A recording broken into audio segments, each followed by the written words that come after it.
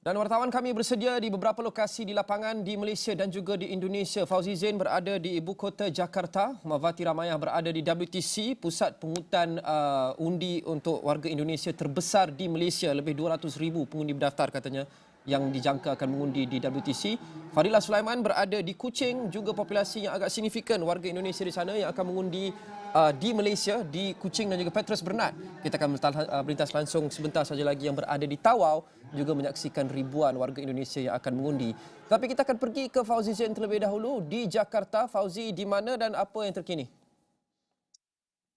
Okey, baik. Terima kasih Lokman. Benar, saya berada di Jakarta. Lebih spesifik lagi, saya berada di Jakarta Pusat dan sudah tentu setelah selesainya tempoh 6 jam yang diperuntukkan oleh KPU iaitu Komisi Pemilihan Umum untuk melihat kepada proses pencoblosan ataupun proses menyerahkan hak suara dalam pesta demokrasi pemilihan umum 24 yang mana berakhir pada jam 1:30 hari waktu dan kalau dikukar pada ketika ini sudah tentu fokus dan juga tumpuannya kepada proses ataupun satu lagi fasa dalam proses pilihan raya ataupun pemilihan umum ini iaitu berkaitan dengan penghitungan suara.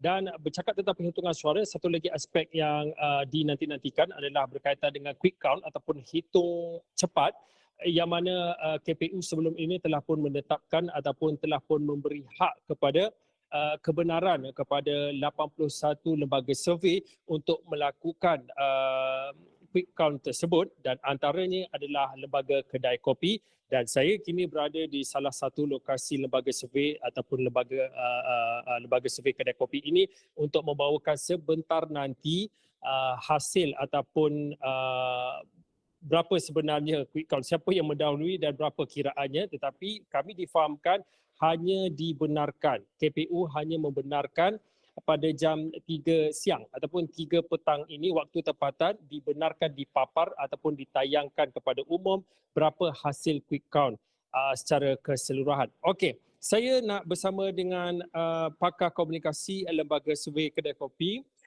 Pak Rosnindar Priyo. Rosi, call me Rosi. Call me Rosi. Okey Pak Rosi. Rosi, mungkin boleh dikongsikan sebelum kita nak melihat kepada berapa plus minus angka undi, angka pemilihan ini. Saya difahamkan, boleh saya tunjukkan sementara itu, ini adalah sebaran sampel TPS, saya difahamkan ada 2,000 TPS di seluruh Indonesia, 2,000 yang terbagi TPS dari 38 provinsi di seluruh Indonesia. Dalam erti kata yang lebih mudah, seluruh 38 provinsi yang ada di seluruh Indonesia ada pegawai-pegawai ataupun ada kaki-kaki tangannya untuk mencerap ataupun nak mendapatkan sampel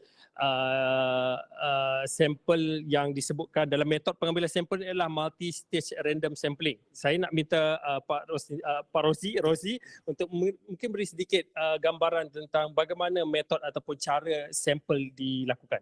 Baik, jadi kami sudah menentukan sebanyak 2,000 TPS yang menjadi contoh survei yang kami ambil.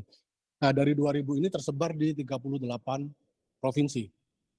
Metode yang kami gunakan adalah random multi-stage itu. Caranya kami dari setiap provinsi dari 38 itu kami tentukan berapa untuk setiap masing-masing kabupaten atau kota yang ada di provinsi tersebut.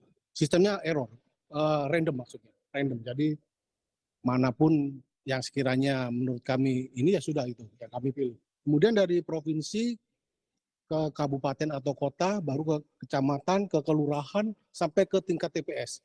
Nah, dari situ kami tentukan masing-masing provinsi ini jumlahnya sesuai dengan pemilih, jumlah TPS yang ada di situ juga. Jadi kalau di sini kami contoh Papua Barat 4 karena di sana jumlah TPS-nya sedikit. Sementara di Jawa Barat sampai 348 itu karena jumlah pemilih atau di daftar pemilih tetap itu banyak, TPS-nya banyak sehingga kami tentukan TPS-nya juga banyak. Seperti itu.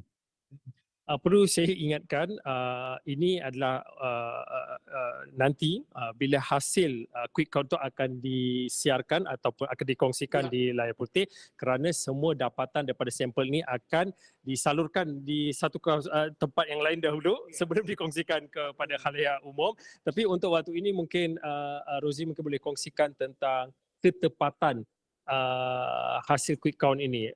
Margin of error kalau diberi ke sini 0.18%,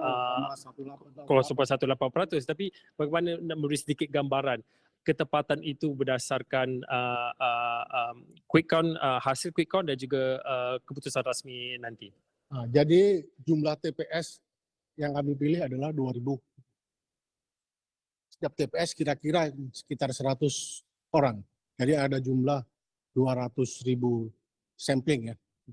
Nah, sehingga dari aturan itu kami menentukan margin of error-nya 0.18 sesuai dengan rumus yang statistik yang kami punya seperti itu. Untuk ketepatannya sekitar 95%. 95%. Mungkin paling awal boleh kita ketahui keputusan quick count tu bila Pak? Bila Rosie? Jadi beberapa yang sudah selesai karena Indonesia punya 3 bagian waktu, timur, barat, dan tengah. Yang timur selesai dulu, Papua, Maluku, dan sekitarnya. Cuman data yang kami terima belum semuanya masuk, belum 100% karena mungkin ada terkendala jaringan di sana. Kita tahu bagaimana geografis Papua yang bergunung-gunung. Mungkin ada kendala jaringan internet dan sebagainya. Masih di bawah 1% mungkin yang masuk ke data kami dan itu pun belum bisa kami publish sesuai ketentuan KPU yang menunggu pukul 3 nanti. Ada beberapa catatan dari kami yang akan kami perbaiki segera. Salah satunya jaringan dan sebagainya supaya data itu cepat masuk begitu.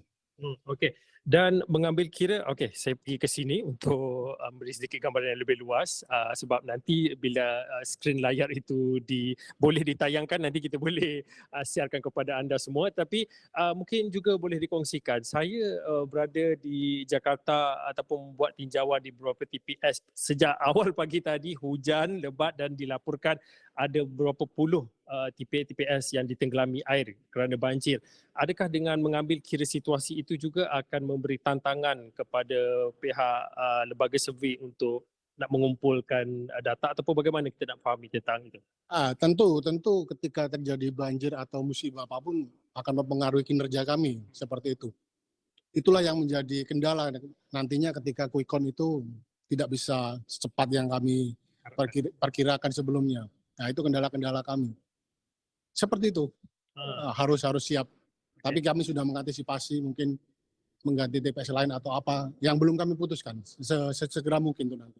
Mungkin yang terakhir sekali boleh dikongsikan ya Rosie, nanti apa mungkin atur cara yang diadakan di sini untuk melihat kepada hasil quick count untuk pemilu hari ini?